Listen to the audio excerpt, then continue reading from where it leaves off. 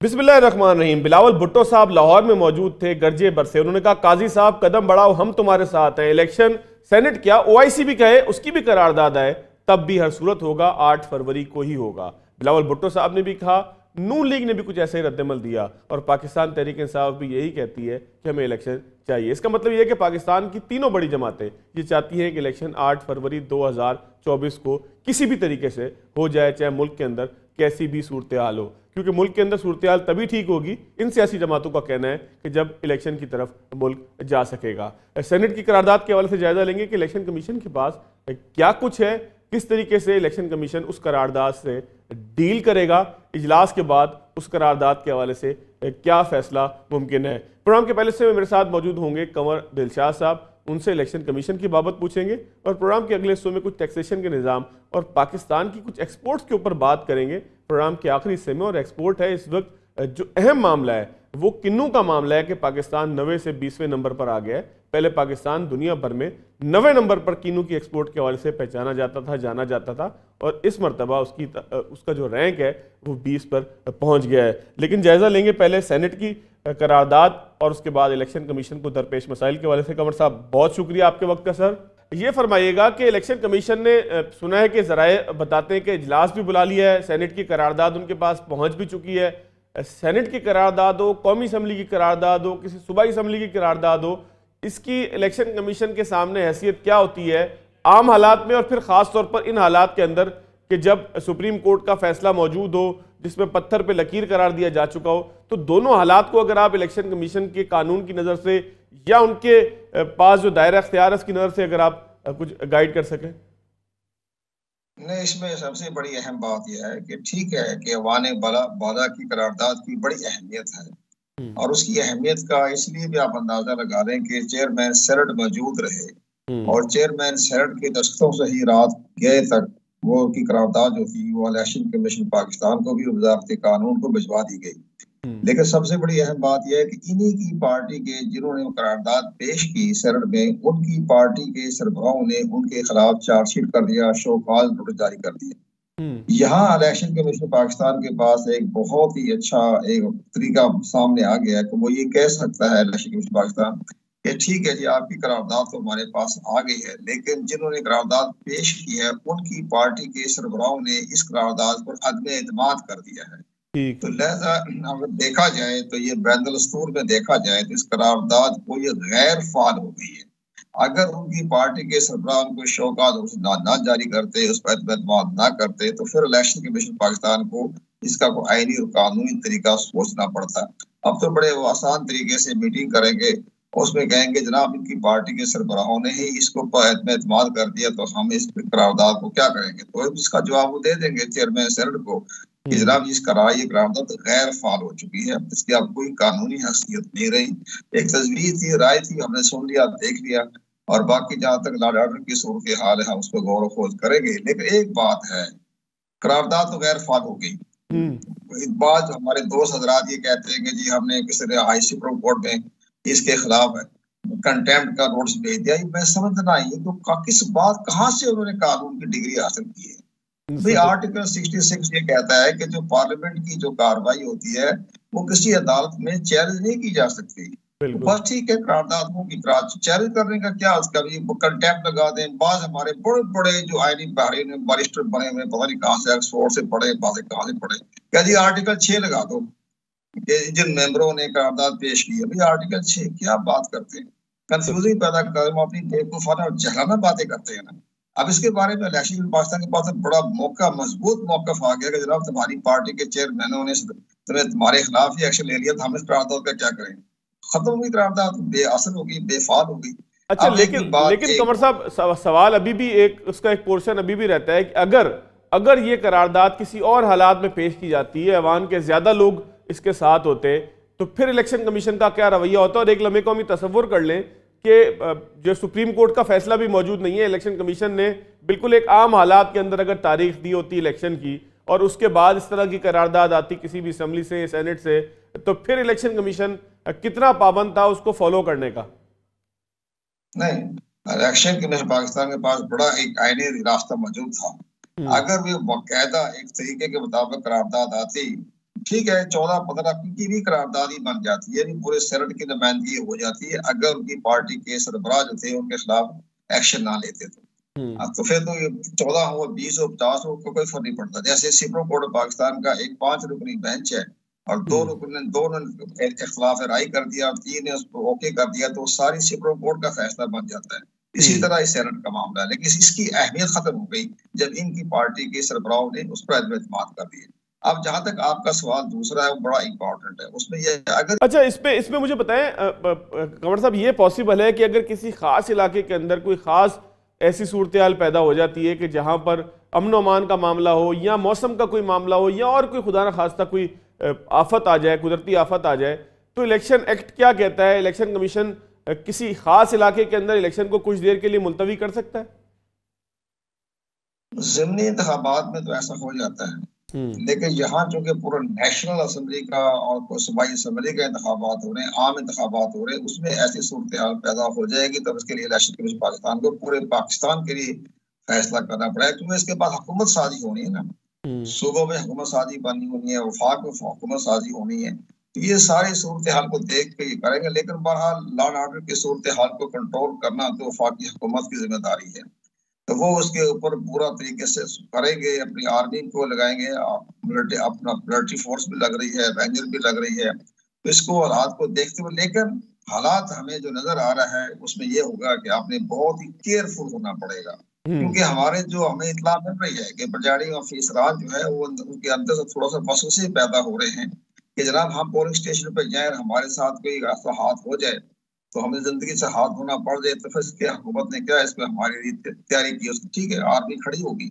Army 3 kilometre के पास 5 kilometre खड़ी है, आर्मी तो कोई तोहफा देगी, तो इस लिहाज से मेरा ख्याल है कि इलेक्शन तो हो जाएंगे 8 फरवरी को। इन तमाम आलूदगी को देखते हुए भी इलेक्शन तो लाजमी 8 फरवरी को हो जाने हैं, लेकिन करारदाद जो आई थी उसका कोई मकसद नहीं हो सका, वो मकसद फेल हो गया, लेकिन अब इलेक्शन की पाकिस्तान की जिम्मेदारी। अच्छा कंवर साहब, एक ट्रिब्यूनल ज़ाहिर है कि अपीलों के लिए बना है कागजात नामजदगी के हवाले से। एक सिंध का सिर्फ मैं अगर कमेंट बताऊं तो जस्टिस अदनान करीम है सिंध हाई कोर्ट के जो ट्रिब्यूनल का हिस्सा हैं, उन्होंने बड़े नाराज़गी का इजहार आज किया कि ये किस तरीके से जो है वो इलेक्शन के कागजात मुस्तरद किए जा रहे हैं, और उन्होंने कहा कि ये तरीक़ेकार ठीक नहीं है, इसके अंदर मेरिट का ख्याल नहीं किया गया। और भी जगहों से ये हुआ कि जी जिसके कागजात मुस्तरद हुए थे वो किसी न किसी अपील के नतीजे में किसी न किसी से, मेरी मुराद है कि किसी भी जगह पे अपने मुंतखब फोरम पे जाके उसने जो है वो अपील की और बहाल हो गए। तो ये कागजात मुस्तरद होना, इनके ग्राउंड ज़ाहिर है कि बहुत सारे आपके सामने आए होंगे, फिर इसको ट्रिब्यूनल में बहाल हो जाना, ये आपको मामूल का अमल लग रहा है? क्योंकि मैं इसको कनेक्ट कर रहा हूँ बिलावल भुट्टो के उस बयान के साथ कि जिसमें उन्होंने कहा कि 2013 में ज़्यादा हुए थे, तो ये कोई ऐसी बात नहीं है, इसके ऊपर ववेला ज़्यादा किया जा रहा है। नहीं, इसमें दुरुस्त है बात, हमें भी महसूस हुआ, मुझे अपने तजर्बे के रोशनी में मुझे भी बड़ा हैरानगी हुई कि मुझे बड़ा एतमाद था अपनी ब्यूरोक्रेसी पर। मैं कहा हमारी ब्यूरोक्रेसी जो है वो तमाम क्राइसिस को, हालात को देखती है, बड़े बड़े क्राइसिस से गुजर जाती है, लेकिन इन्होंने जो कागजात नामजदगी के वक्त उन्होंने अपना विजन इस्तेमाल नहीं किया, विजन इख्तियार नहीं, जो इलेक्शन कमीशन ने बार बार हदायत भी जारी की कि आपने उसको गैर देखना है, उसमें छोटी मोटी कोई मामला हो जाए, अपने शनाख्ती कार्ड पे उसका एक्सपायर शुदा शनाख्ती कार्ड है, अगर इलेक्टर रोल का सीरियल नंबर दुरुस्त नहीं है, अगर नाम की स्पेलिंग दुरुस्त नहीं है, और किसी सारी चीजें आप उसको इग्नोर करते हैं, उसके छोटी छोटी जो मामला होते हैं उसको आप नजरअंदाज करते हैं। लेकिन इन्होंने तो आंख बंद करके हर एक के पेपर रेड करना शुरू कर दिया, पता नहीं कहाँ ये स्कोरिंग हासिल करके कहाँ से अवार्ड देना चाहते थे, लेकिन उसका असर ये हुआ कि इनकी सारी काबिलियत का पोल खुल गया। इसको ये हुआ कि हमारे जो ऑनरेबल जज थे अपीलेट ट्रिब्यूनल के, उन्होंने सारे रिवर्स कर दिए फैसले, बड़े बड़े लोगों ने रिवर्स किए। हमने भी इंटरव्यू दिए बार बार कि जनाब कौमी उसमें या कानून में लिखा हुआ है आर्टिकल 62-63 में, सॉरी सेक्शन 62-63 में इलेक्शन एक्ट में, कि उसका उम्मीदवार का होना जरूरी नहीं है, उम्मीदवार का स्क्रूटनी के टाइम मौजूदगी लाजमी नहीं है, सिर्फ प्रपोजल सेकेंडर आ जाए उसको या उसका कोई भी पावर ऑफ अटॉर्नी देकर वकील पहुंच जाए। तो इन्होंने वो भी ध्यान में नहीं दिया, उसका भी ख्याल नहीं किया, और उन्होंने धड़ाधड़ उनके कागजात नामजदगी रिजेक्ट करके हुकूमत को भी अपने उन्होंने कानून कर दिया, इलेक्शन कमीशन भी हमको भी आँच आई उनकी गैर जानदारी पर, और हमें उनकी काबिलियत पर बड़ा अफसोस हुआ। लेकिन अब अच्छा हो गया कि हमारे रिटर्निंग ऑफिसरान ने फैसलों के बारे में ऑनरेबल जज थे हाई कोर्ट के सिटिंग जज, उन्होंने सब रिवर्स कर दिए, और तमाम बड़ी बड़ी शख्सियात के वो जो है वो कागजात नामजदगी एक्सेप्ट हो गए। लेकिन बहरहाल हमें अपनी ब्यूरोक्रेसी की काबिलियत जो था उस पर बड़ा अफसोस हुआ। अच्छा, जो लोग इश्तिहारी हैं कंवर साहब, कि जो जिनके लिए अदालतों से इश्तिहार जारी हुए हुए कि इनको पकड़ के लाया जाए, हाजिर किया जाए कानून के सामने, क्या वो भी इस इस्तेहकाक रखते हैं कि वो भी किसी के जरिए कागजात नामजदगी जमा करवाएं और फिर कागजात नामजदगी की बुनियाद पर वो इलेक्शन लड़ सकें और अदालतों से एब्सकॉन्डर ही रहें? नहीं, वो उस पर तो हमारे रिटर्निंग ऑफिसरों ने फैसले दुरुस्त किए हैं। जो रोपोश हो चुके हैं या जिनके मनी लॉन्ड्रिंग के बड़े अहम केसेस है, उन्होंने उनके कागजात नामजदगी मुस्तरद की। लेकिन बाज केसेस में हमारे इलेक्शन ट्रिब्यूनल ने उनको इजाजत दे दी, जिसमें मैं नाम बड़े बड़े पढ़े, मैं जब से फारे का ही पढ़ा है, हमाद अदर का पढ़ा है और लोगों के नाम पढ़े हैं, तो उस पर ठीक है, अपने ऑनरेबल जज हैं, इंडिपेंडेंट जज हैं, उन्होंने अपने कानून को देखते हुए उनके कागजात नामजदगी तो एक्सेप्ट कर रही है। लेकिन जो कंप्लेन चलाएंगे, पब्लिक में आएंगे तो देर अरेस्ट हो जाएंगे क्योंकि वो रोपोश हैं, तो उनका वोट बैंक भी कम हो जाएगा। तो लेकिन बहरहाल कानून में इस चीज की इजाजत है कि अगर किसी तरफ सजा ना हुई हो, सजा हो गई हो तो नहीं इलेक्शन लड़ सकता। लेकिन अगर सजा नहीं हुई है, अंडर ट्रायल चल रहा है, तो उसका कागजात नामजदगी में एक्सेप्ट करने में कोई हर्ज नहीं। अच्छा कंवर साहब, इश्तिहारी हो जाना भी एक सज़ा नहीं है? छोटी सी बेशक है कि आप जब पेश होते हैं तो आपका वो वापस हो जाता है, इश्तिहारी हो जाना भी तो एक छोटी सी सज़ा है ना? इश्तिहारी वो सजा है, लेकिन इसमें हमारे रिटर्निंग ऑफिसर ने जो फैसला किया वो मेरी नजर में दुरुस्त किया, बिल्कुल उनको रिजेक्ट किया उन्होंने। ये उनकी बड़ी बहादुराना कदम उठाया हमारे रिटर्निंग ऑफिसरों ने। लेकिन बहरहाल हमारे जजों का अपना सोच होती है, उन्होंने जजों ने इनको बहाल कर दिया। उन्होंने वो कानून को देखा है, कानून में लिखा हुआ है कि सजा ना हुई और सजा याफ्ता ना हो तो इलेक्शन लड़ सकता है। उन्होंने उसको सहारा लेके कागजात नामजदगी एक्सेप्ट कर। लेकिन बहरहाल जो था वो जाएंगे, अरेस्ट होना पड़ेगा, अरेस्ट हो जाएंगे, लेकिन जब तक वो सजा नहीं हो जाती उस वक्त वो इलेक्शन में हिस्सा तो ले सकते हैं। कंवर साहब, एक आखिरी चीज़ पे अगर कुछ मुख्तसर सा आप तबसरा कर दें, बल्ले के निशान के हवाले से तहरीक इंसाफ अब सुप्रीम कोर्ट के अंदर मौजूद है, तो कानून को देखें, आइन को देखें, इलेक्शन एक्ट को देखें, इलेक्शन कमीशन के मामलात को देखें, प्रोसीडिंग को देखें, तो क्या आप प्रिडिक्शन कर पाएंगे कोई कि बल्ला वापस मिलेगा या बगैर बल्ले के खिलाड़ियों को मैदान में उतरना होगा? हमारी अदालतों के फैसले जो होते हैं ना वो मौसम पर बड़े चलते हैं, मौसमियाती माहौलों पर बड़ा असर करता है। बड़े अदब के साथ में कहता हूँ, मैं बड़ा माजी का भी देख लो, अभी हमारे जो ऑनरेबल जस्टिस हैं जो सुप्रीम कोर्ट में केस चल रहे हैं, उनके जो रिमार्क्स पढ़े आप, उन्होंने तो सारे 1954 से लेकर 2023 तक के सारे फैसलों को रिजेक्ट कर दिया। तो हमारे जितने भी बीच में फैसले आए सबको कहा नहीं वो गलत थे, वो सब खत्म करके उन्होंने नई थ्योरी पेश कर दी। तो अब ये भी इलेक्शन कमीशन तो अपना कानून के मुताबिक उनकी पार्टी का इंटर पार्टी इलेक्शन को रिजेक्ट किया। क्यों? सेक्शन 209 की खिलाफवर्जी की है। सेक्शन 9 के मुताबिक, मयार के मुताबिक इलेक्शन नहीं हुए, या कि वो दस्तूर के मुताबिक इलेक्शन नहीं हुए। अब बाकी रह गया हाई कोर्ट से सुप्रीम कोर्ट को अब मौसमियात के मुताबिक देखते हुए जो चाहे फैसला करें वो सबके लिए मंजूर हो जाएगा। तो ये तो हमारे फैसले जो होते हैं अदब के साथ, बड़ा अदब है, कोई माइंड ना करें। हम भी अपने आजादाना माहौल में रहते हैं, हम भी आजाद पाकिस्तान के आजाद शहरी भी हैं, ब्यूरोक्रेसी रहता है, हुकूमत हिस्सा रहता है, लेकिन हमें अदलिया पर सारा मामला देखते, वो भी मुल्क को मफाद में देख के फैसले करते हैं और रियासत के मफाद में देख के फैसले करते हैं। तो वो भी हमें भी इनका बड़ा एहतराम है। बहुत शुक्रिया जनाब कंवर दिलशाद साहब, सर आपने वक्त दिया।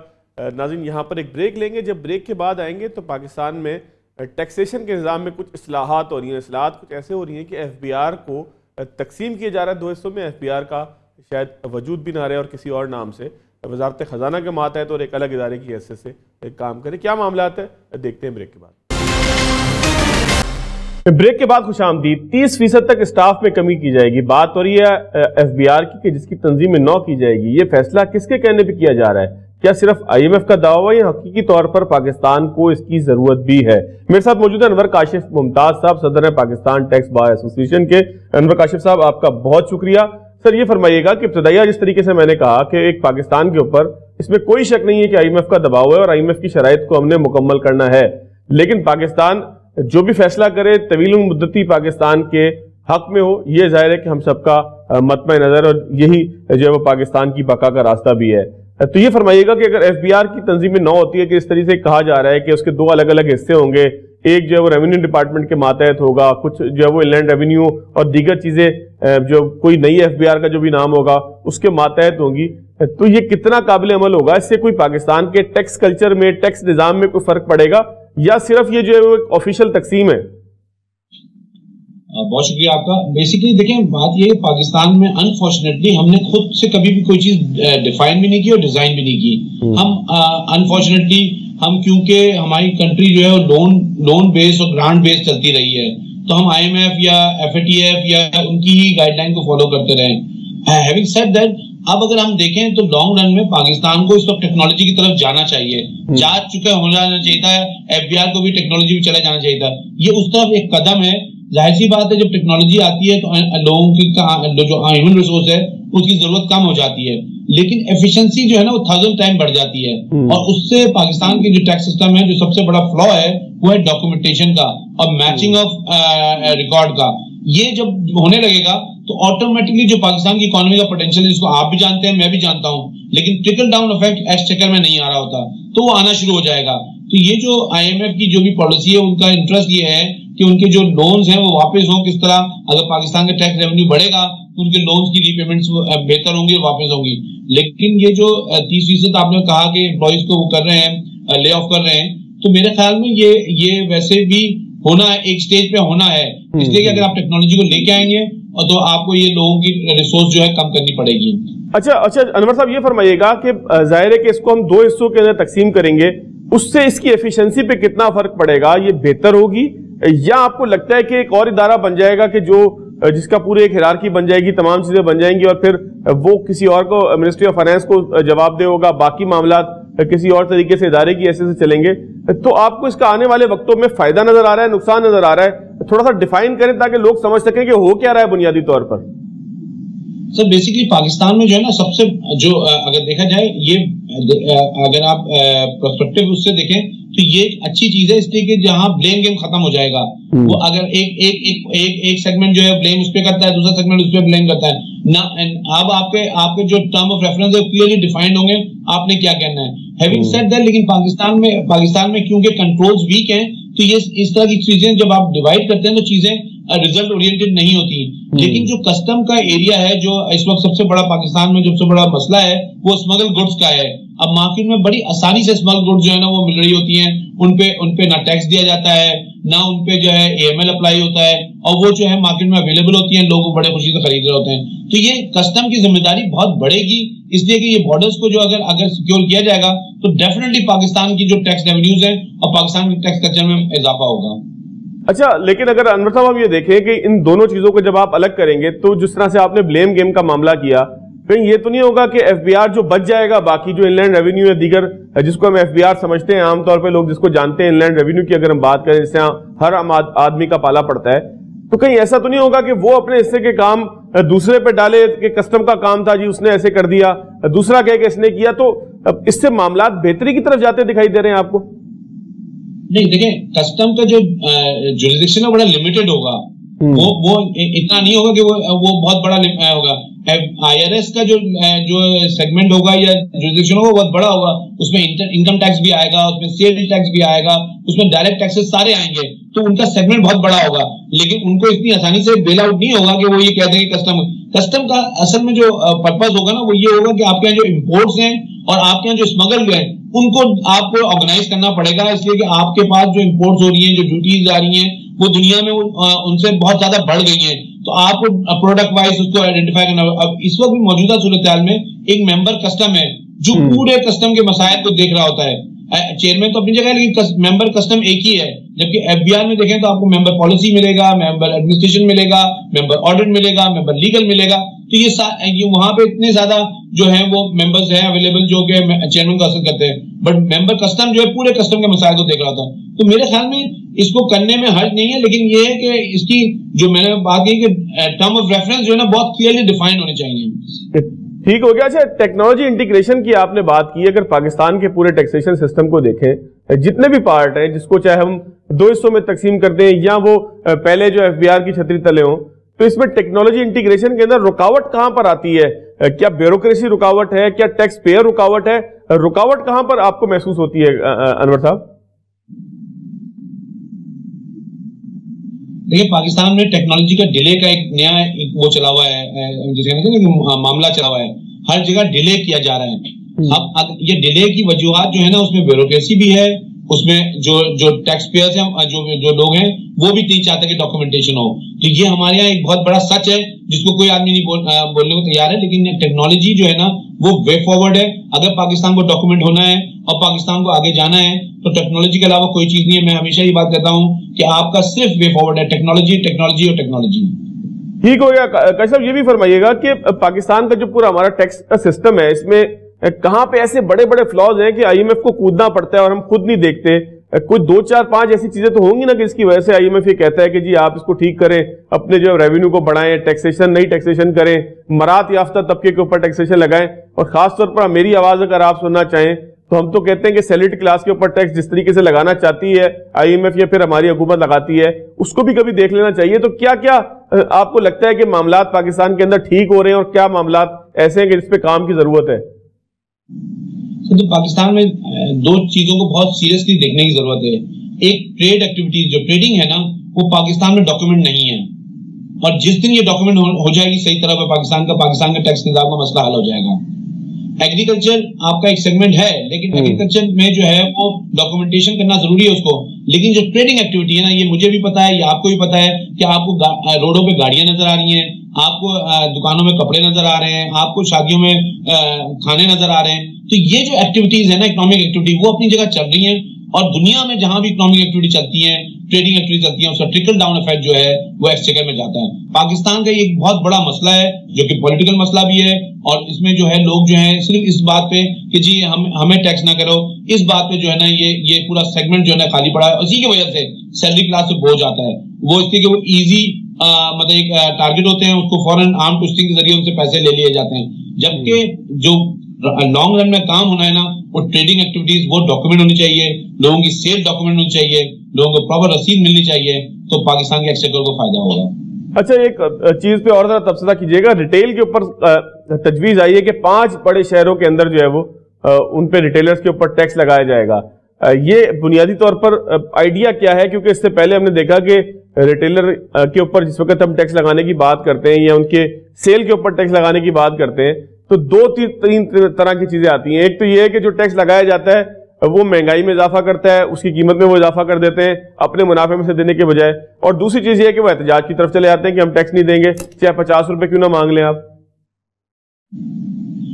अगर आप इसको 3 सेगमेंट में डिवाइड कर लें, एक सेगमेंट तो ये है ना कि आप मुझसे, मैं एज अ कंज्यूमर जाता हूँ, वो मुझसे टैक्स लेते हैं और टैक्स जमा नहीं कराते हैं। पहली बात तो ऐसे भी यहाँ पे कल्प्रेट्स हैं।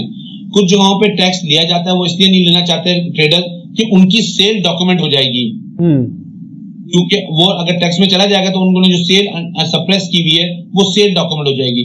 तीसरा ये कि जब सेल सप्रेस होती है तो आपकी इनकम जो जिसपे आप डायरेक्ट टैक्स दे रहे होते हैं वो कम होता है। तो यहाँ पे जो अभी इस वक्त अगर आप देखें, जो ब्रांड्स वगैरह के लिए एफबीआई ने पॉइंट ऑफ सेल लगाया है, वहां पे लोगों की सेल 1000 टाइम बढ़ गई है।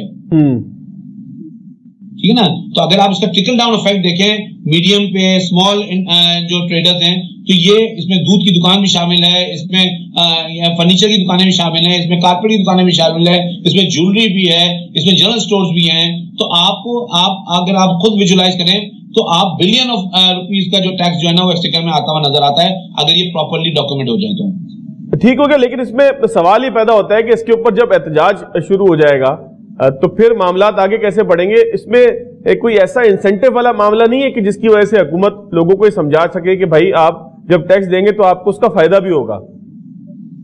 देखिए, ये टैक्स निजाम है, इसकी एक साइकिल है।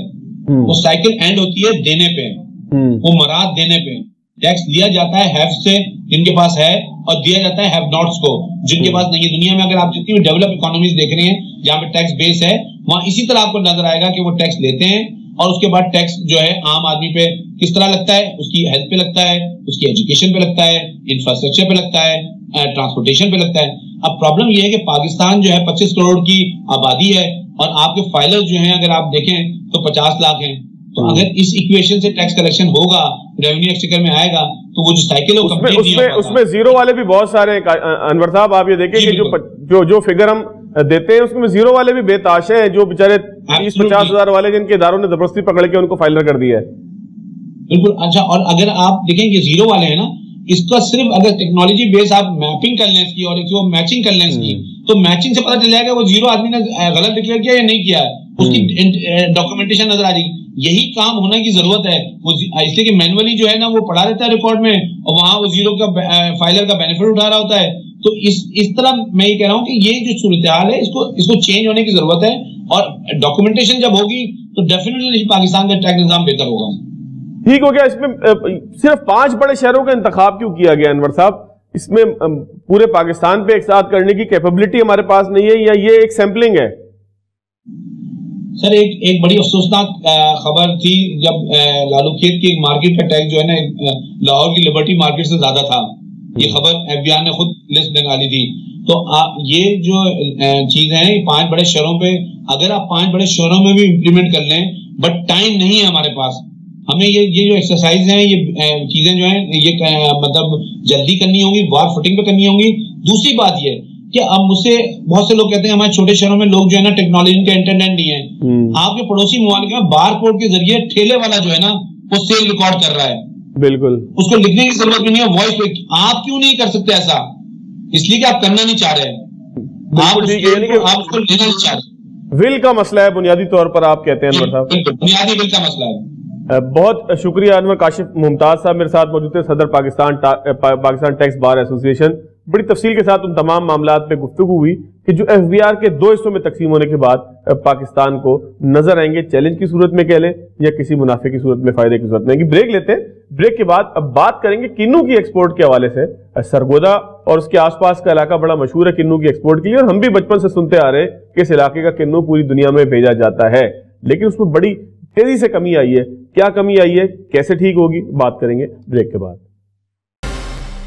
ब्रेक के बाद खुशामदीद। एक जाने पाकिस्तान को डॉलर्स की जरूरत है, एक्सपोर्ट बढ़ाने की जरूरत है, दूसरी जाने पाकिस्तान 9वें नंबर से 20वें नंबर की तरफ आ गया और बात हो रही है किन्नू की एक्सपोर्ट के हवाले से। किन्नू का सीजन है, हर फर्द जो है वो सिट्रस फूड से इस वक्त लुत्फानंदोज तो हो रहा है, लेकिन पाकिस्तान में किन्नू जब बाहर जाता था तो उसके नतीजे में डॉलर आते थे, वो डॉलर आने का सिलसिला कुछ थम सा गया है। वहीद अहमद साहब मेरे साथ मौजूद है, Pakistan fruit and vegetable exporters के पैटर्न इन चीफ हैं, जिसकी एसोसिएशन है। वही साहब बहुत शुक्रिया आपके वक्त। हमेशा ही हम आपसे उस वक्त बात करते हैं कि जब पाकिस्तान में कोई डिजास्टर हो, एक्सपोर्ट्स पाकिस्तान में कम हो रही हो, खासतौर पर फ्रूट या वेजिटेबल के हवाले से। अब भी यही सूरत हाल है, किन्नू का मामला है, सरगोदा का मामला है, लेकिन बात कराची से होगी क्योंकि कंटेनर ने कराची से भर के जाना है। तो सरगोदा से लेके कराची तक इस वक्त किन्नू से वाबस्ता लोग परेशान है कि जी कीमत अच्छी नहीं मिल रही, बाहर जा नहीं पा रहा। मैं पिछले दिनों एक ट्वीट देख रहा था, नदीम अफजल चंद साहब है सरगोदा से MNA का इलेक्शन लड़ेंगे, उन्होंने एक ट्वीट किया कि जी पेटियां पड़ी ने किसी के गोदाम के अंदर किन्नू की, और किन्नू की सही कीमत नहीं मिल रही। कोई कहता है मिडल मैन ने ऐसे कर दिया, कोई कहता है कि जी कुछ पता नहीं क्या हो गया। हुआ क्या ये बुनियादी तौर पर? ये बात ये कि किन्नू की जो एक्सपोर्ट है जो हर्ट हुई, इसकी मेन जो रीजन है, मैं जो अभी समझाना चाहता हूँ, इस बात को हमें समझना चाहिए कि कोई भी सिट्रस की वैरायटी हो, वो ग्रेप फ्रूट के अंदर हो या मैंड्रीन जो है वो किन्नू के अंदर फॉल्ट करता है, या ऑरेंजेस हो या ग्रेप फ्रूट हो, उसकी वैरायटी को हर 25 साल के बाद बदला जाता है दुनिया के अंदर। मगर पाकिस्तान के अंदर ये 60 साल से किन्नू की वैरायटी चल रही है, और इसके अंदर ये नहीं कि इस साल से प्रॉब्लम आए, पिछले साल से प्रॉब्लम आना शुरू हो गया। मगर हमने ये बात 8 साल पहले भी हुकूमत को कह दिया था कि पैरेलल वैरायटीज के ऊपर काम करें, न्यू इंट्रोड्यूस कराएं वैरायटीज, वरना किन्नू आने वाले सालों में ये प्रॉब्लम के अंदर चले जाएगा। और आप देखें पिछले साल से ये इश्यूज आने शुरू हो गए। पिछले साल भी हमारी एक्सपोर्ट काफी हर्ट हुई है, और इस साल तो 50% से ज्यादा हर्ट हो रही है। आप मसला क्या है, क्या इशू आ जाते हैं कि एक्सपोर्ट के लिए, लोकल मार्केट के लिए तो सही है, मगर एक्सपोर्ट के लिए क्या इशू आ जाते हैं? कोई भी चीज बिकती है, पेरेंट्स से बिकती है, अगर उसके बाद दाग या ब्लेमिश होंगे तो वो किन्नू इंटरनेशनल मार्केट में एक्सेप्ट नहीं होता। और दूसरी बात है कि सबसे बड़ा जो हमें जो मसला आता है किन्नू के अंदर, जो भी आ रहा है जो चैलेंज, वो है शेल्फ लाइफ। जो उसकी शेल्फ लाइफ है वो कम हो गई है। पहले वो 2 महीने थी, अब वो 20 से 25 दिन तक आके। क्या वजह क्या है वहीद भाई? हालांकि अब तो सर्दी भी बहुत ठीक ठाक पड़ रही है, इसकी वजह से क्वालिटी इशू है। ये क्या वजह क्या है शेल्फ लाइफ कम होने की? अगर वजह भी आप साथ साथ बताते जाएं, क्या वो अपनी जो है वो बीज अपनी इस्तेदाद खो रहा है, हो क्या रहा है ये?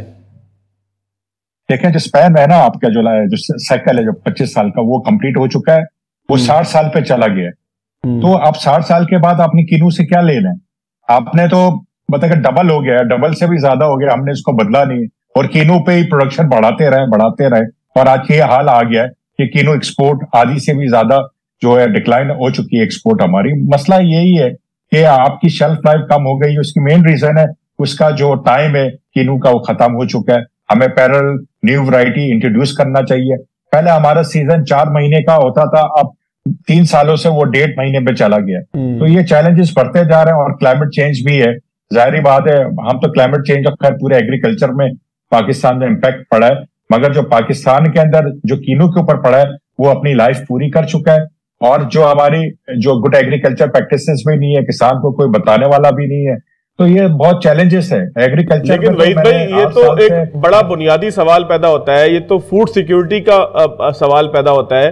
ये तो सिर्फ चले किन्नू है कि जो आपने तफरी के लिए समझ ले कि जो है वो इस्तेमाल करना है, यानी उसको जायके के लिए इस्तेमाल करना है, या एक्सपोर्ट आपने उसको करना है। लेकिन कुछ तो पाकिस्तान के एसेंशियल फूड हैं, आप जाहिर है कि फ्रूट के साथ साथ वेजिटेबल के भी एक्सपोर्टर हैं, या उसके ऊपर भी जो है वो आपका एक ग्रिप है। तो ये तो फिर आने वाले वक्तों में अगर पाकिस्तान में R&D नहीं होगा, बीज में तब्दीलियां नहीं आएंगी।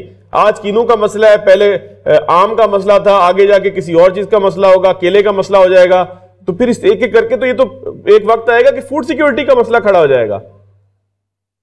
जी, पाकिस्तान में फूड सिक्योरिटी का इशू नहीं बन चुका है। अगर आप देखें पिछले साल हम प्याज एक्सपोर्ट करते थे, पिछले साल हमने प्याज और टमाटर इंपोर्ट किया है कम से कम 2 लाख टन से ज्यादा। तो हम तो एक्सपोर्टर थे, उस टाइम पे हम एक्सपोर्ट करते थे दुनिया में, मगर हमने इंपोर्ट किया। फूड सिक्योरिटी के मिसाइल 2013 से जो है आपका जो क्लाइमेट चेंज का जो इम्पैक्ट आना शुरू हुआ फ्लड का, और अब तो तेजी से बढ़ रहा है। आपकी वीट क्या क्या इश्यूज है, आपके जो बीचेस जो आपने लगाए हुए हैं वो इस मौसम के ऊपर सर्वाइव नहीं कर रहा। पाकिस्तान का सबसे बड़ा इशू है आपकी जो यील्ड है, वो वर्ल्ड के साथ बहुत पीछे है हम लोग। हम अगर वो वीट ले लें, कॉटन ले लें, आप मैंगो ले लें, पोटैटो ले लें, अनियंस ले लें, किनू ले लें, हर चीज में हम पीछे। तो हमारा सिस्टम किधर, हम तो पढ़ते थे कि एग्रीकल्चर हमारा मुल्क है, हमारी इकोनॉमी जो है एग्रीकल्चर के ऊपर डिपेंड करती है।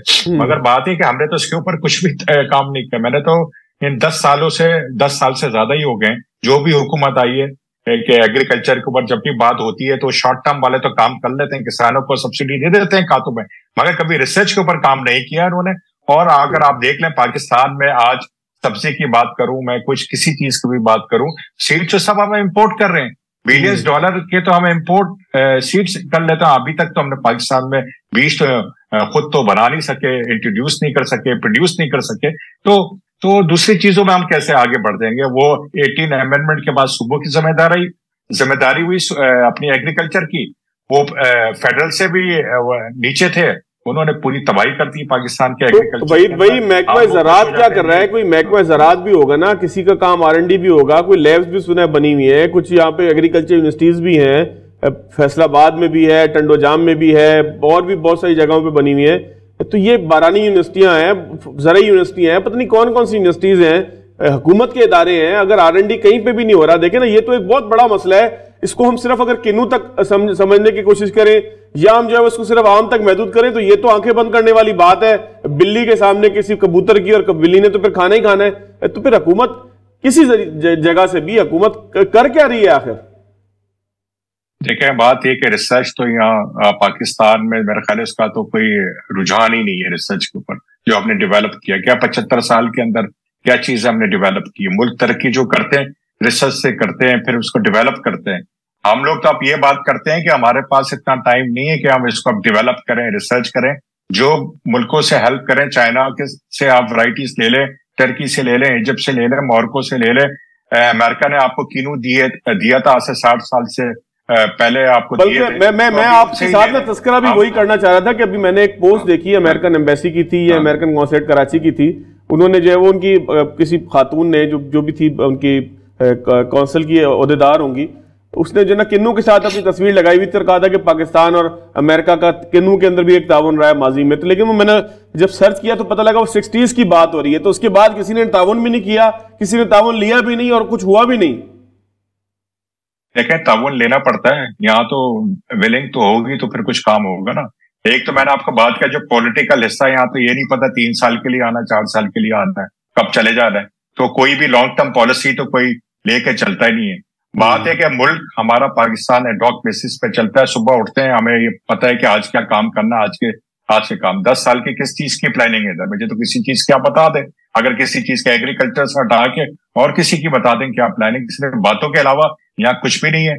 अच्छा वही सब लेकिन एक सवाल पैदा होता है ना, वही सब एक सवाल पैदा होता है कि जाहिर है कि हुकूमत तो नहीं कर रही। मैंने एग्रीकल्चर यूनिवर्सिटीज भी आपको गिनवा दूं, एग्रीकल्चर सेंटर भी गिनवा दूं, रिसर्च एंड डेवलपमेंट सेंटर भी गिनवा दूं।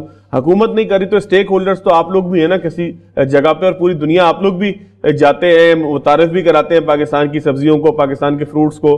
तो कुछ R&D आप ही कर लेते हैं, कुछ आप ही इंडस्ट्री को सपोर्ट करने का पार्ट बन जाते हैं।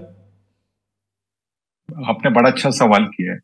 हमने पूरा हम चाह रहे थे कि हम USA से और दूसरे मुल्कों से वैरायटीज पाकिस्तान लेके आए, रूट स्टॉक जिसे कहते हैं, कि जो जड़ें नीचे से होती है वो पाकिस्तान में इंपोर्ट करें। हम डिपार्टमेंट ऑफ प्लांट प्रोटेक्शन से उनका इंपोर्ट परमिट मांग रहे हैं, 3 साल से ज्यादा हो गए, मगर उन्होंने हमें इंपोर्ट परमिट नहीं दिया। वो कहते हैं कि जिसमें डिजीज आ जाएगी। हम कहते हैं हम डेवलप मुल्क से मंगा रहे, पाकिस्तान आप कौन से डिजीज रह गए जो आने हैं, आप उसका इंतजार कर रहे हैं। तो हमें तो हर्डल्स डाले, रेड टेप लगाया हुआ है ब्यूरोक्रेसी ने या डिपार्टमेंट ऑफ प्लांट प्रोडक्शन ने। हमारे लोग तो चाह रहे कि हम वो वैरायटीज लाए, अगर हुकूमत नहीं करती हम खुद तो कुछ तो करें, मगर अब अगर हमें इंपोर्ट ही नहीं करने देंगे तो हम क्या करेंगे? ये तो आपने बड़ी खबर दी, कंसल्टेंट भी बाहर से ले, ये तो आपने बड़ी खबर दी कि एक जानिब जो हुकूमत लोकल कंसल्टेंट भी साथ लेके काम चले। लेकिन SIFC फिर जो है वो कहता है कि हमने ज़राअत पे काम करना है, हुकूमत कहती है कि जी बंजर जमीनों को हमने जो है वो आबाद करना है। तो क्या इस बीज के साथ आबाद करना है, इस जो 60 साल पुराना है, जिसकी शेल्फ लाइफ खत्म हो रही है, जो कभी आम नहीं दे पाता, कभी किन्नू नहीं दे पाता, कभी गंदम की यील्ड का मसला आ जाता है कि फी एकड़ पैदावार की कमी होती है। तो ये इस तरीके से तो SIFC भी नहीं चलना और ना किसी ने आना है पाकिस्तान के अंदर। देखें जी, बात ये कि जो हालात चल रहे हैं पाकिस्तान के, वो आज से नहीं, ये मेरा ख्याल है 30-40 साल से हमारे जो हालात चल रहे हैं, हमने कभी रिसर्च पे तवज्जो नहीं दी है। और इसका मेन जो आज रिजल्ट आ रहा है क्लाइमेट चेंज के बाद, तो ये ना चैलेंजेस बढ़ रहे हैं। मैं तो बड़ा, मेरा क्लियर विजन है, आगे जो फूड सिक्योरिटी है वो पाकिस्तान में आ चुकी है, आने वाले दिनों में शदीद बढ़ जाएगी ये चीजें, अगर हमने अभी अपने मिसाइल को ठीक नहीं किया। या हम यही बात करते हैं कि जो हमारी एकेडमी है वहां से रिसर्च ड्राइव होती है, दुनिया में कहीं भी एकेडमियां होती है वहां से रिसर्च होती है। यहाँ पे हमारे जो फैसलाबाद के वाइस चांसलर साहब हैं, हमारे जो अभी केयर टेकर पंजाब के मिनिस्टर हैं, जिनको वो इंडस्ट्रियल के उनको ओहदा वो भी दिया गया, एग्रीकल्चर का भी, हमने 6 मीटिंगें भी की उनसे। फिर वो कमेटी बनी एक, जो वाइस चांसलर जो डॉक्टर अबरार साहब हैं जो फैसलाबाद यूनिवर्सिटी के, वो लीड कर रहे थे, मगर उसका कोई रिजल्ट नहीं आया। उसके बाद अभी 3 हफ्ते पहले फेडरल ने भी, नेशनल फूड सिक्योरिटी ने भी एक कमेटी बनाई, उसके अंदर मैं खुद हूँ, दोनों कमेटियों में मैं खुद हूँ, और उसके अंदर भी जो लीड कर रहे हैं डॉक्टर अबरार ही कर रहे हैं, जो फैसलाबाद यूनिवर्सिटी के वाइस चांसलर है। बात यह कि काम कब होगा, और ये 15 जनवरी को हमने वो सबमिट करना है कि क्या इसके अंदर क्या करना चाहिए, मगर अभी तक आज क्या डेट हो गया, अभी तक तो उसकी कोई मीटिंग भी नहीं हुई है, मुझे नहीं पता। सबमिट हो गया 15 तारीख वही सब, इसका मतलब सबमिट हो गया और हमने देख लिया। हम कमेटियां बनाते हैं, काम चीजें हो जाती है, मगर अच्छा किन्नू की तरह और फ्यूचर में चैलेंजेस क्या आएंगे, और कौन कौन से फ्रूट्स आपको लगता है कि किन्नू की तरह ही जो है वो फिर पाकिस्तान किसी को भेज नहीं पाएगा क्योंकि शेल्फ लाइफ कम होगी, उसकी क्वालिटी अच्छी नहीं होगी? ठीक है जी, हमारे पास तो वैसे ही फ्रूट और वेजिटेबल की बास्केट बड़ी कम है, जिसके अंदर एक आम है, अच्छा $850 मिलियन की टोटल एक्सपोर्ट है, जिसमें 220 मिलियन की किन्नू है। वो निकाल दें आप तो रह क्या गया आपका। उसके बाद आपके पास प्रोडक्ट क्या है बास्केट की, आपके पास एक किन्नू है, वो फारिग हो चुका है इस टाइम तक, मैंगो है, और उसके बाद डेट्स है। ये फ्रूट के मेजर प्रोडक्ट है। उसके बाद हम सब्जियों में बात करते हैं, आपके पास आलू है और प्याज है। आने वाले दिनों में हम यही बात कर रहे हैं कि हम गार्लिक के ऊपर काम करें और अपना बनाना के ऊपर काम करें। तो इंशाल्लाह ताला देखिए, हमें ना वो प्रोडक्ट को देखना पड़ेगा, इसलिए किन्नू पे हम काम करते हैं आज। तो ये कम से कम 5 साल का एक प्रोसेस है, ये 5 साल में आएंगे। मगर कुछ ऐसी वैरायटीज हैं जो, मैं सिट्रस की नहीं बात कर रहा, अगर हम आलू के ऊपर काम करें, बनाना के ऊपर करें, स्ट्रॉबेरीज के ऊपर करें, चेरीज के ऊपर करें, तो ये शॉर्ट पीरियड है जिसके ऊपर फसल जल्दी उगती है। अब हमने किन्नू की जो रिकमेंडेशन दी है, हम ये भी कहते हैं अगर जो आज अगर हमें अर्ली वैरायटी और वैरायटी सिट्रस के अंदर मिल जाए किन्नू के अंदर, तो हम अपना सीजन भी बढ़ाएं और ज्यादा एक्सपोर्ट 220 मिलियन के अगले 5 सालों में, इसको 5 से 6 साल में इसको 200 मिलियन, और एक 10 सालों के अंदर $1 बिलियन तक हम ले जा सकते हैं। और बिल्कुल ठीक है जी, बिल्कुल ठीक है वही साहब मैं आपकी बात समझ गया कि कैपेसिटी मौजूद है, पाकिस्तान के पास वसाइल की कमी नहीं है इस हवाले से, लेकिन अगर कमी है तो किसी ऐसी पॉलिटिकल विल की है कि जो तमाम चीजों को तब्दीली का सबब बनाए या तब्दीली का बाइस बन सके। वही साहब आपका बहुत शुक्रिया। नाज़रीन आज के प्रोग्राम से इतना ही, इजाज़त दीजिएगा, अल्लाह हाफिज।